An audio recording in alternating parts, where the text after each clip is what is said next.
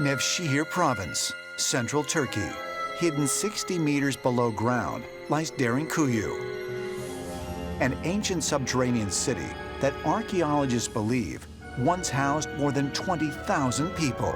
First discovered in 1963, some ancient astronaut theorists contend the once fully functioning underground city is evidence that ancient people really were forced underground by a great cataclysmic event, and that they may have had help from more advanced beings, like the Watchers.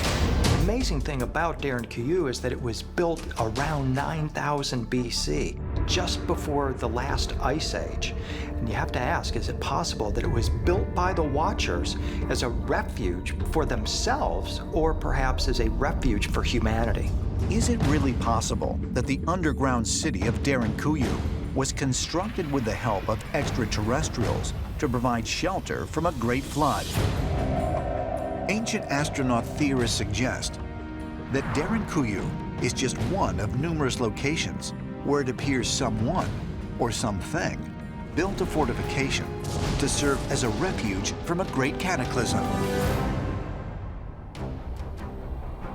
In a remote area of the Himalayan mountain range in Nepal, at an elevation of 14,000 feet, over 10,000 man-made caves have been found carved into sheer cliffs.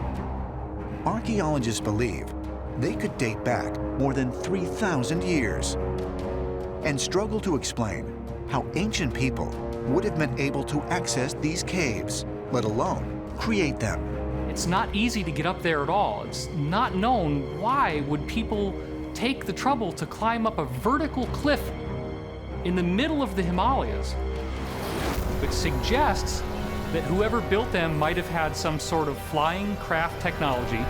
Perhaps even more baffling are the Huashan Grottos in the Anhui province of China. They are the largest ancient man-made caves in the country, containing stone rooms, bridges, and pavilions. Archaeologists have no idea how they were built, by whom, or why.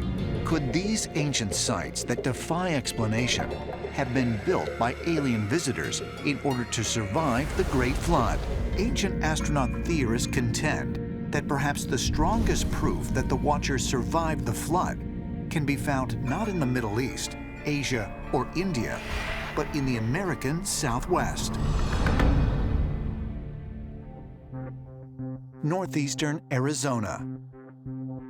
Sprawled across this desolate and arid region lie the Three Mesas, settlements of the Native American Hopi tribe that some have long believed align with the stars of Orion's belt.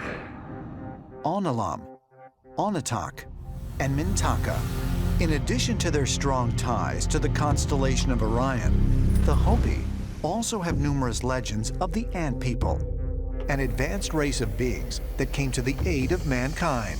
I've seen some of these carvings on the rock cliffs in Arizona. The Ant People helped the Hopi survive two major cataclysms: the destruction of the first world by fire, some kind of asteroid strike, or perhaps a comet hit the Earth, and the second world by ice, maybe a pole shift. But each time, the Ant People led the Hopi down into caverns and helped them survive in a subterranean world. This story is strikingly similar to that of the Watchers, who sought to protect the humans that they had interacted with. You have to wonder, are the Ant People somehow related to, if not the same as, the Watchers of the biblical story? But what ancient astronaut theorists find most fascinating about the story of the Ant People is what they are called in Hopi.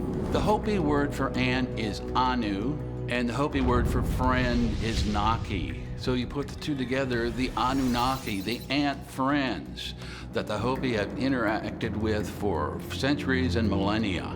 And this ties in with the Bible and with Sumerian mythology. It's all tied in together. These ant people are pervasive in human history.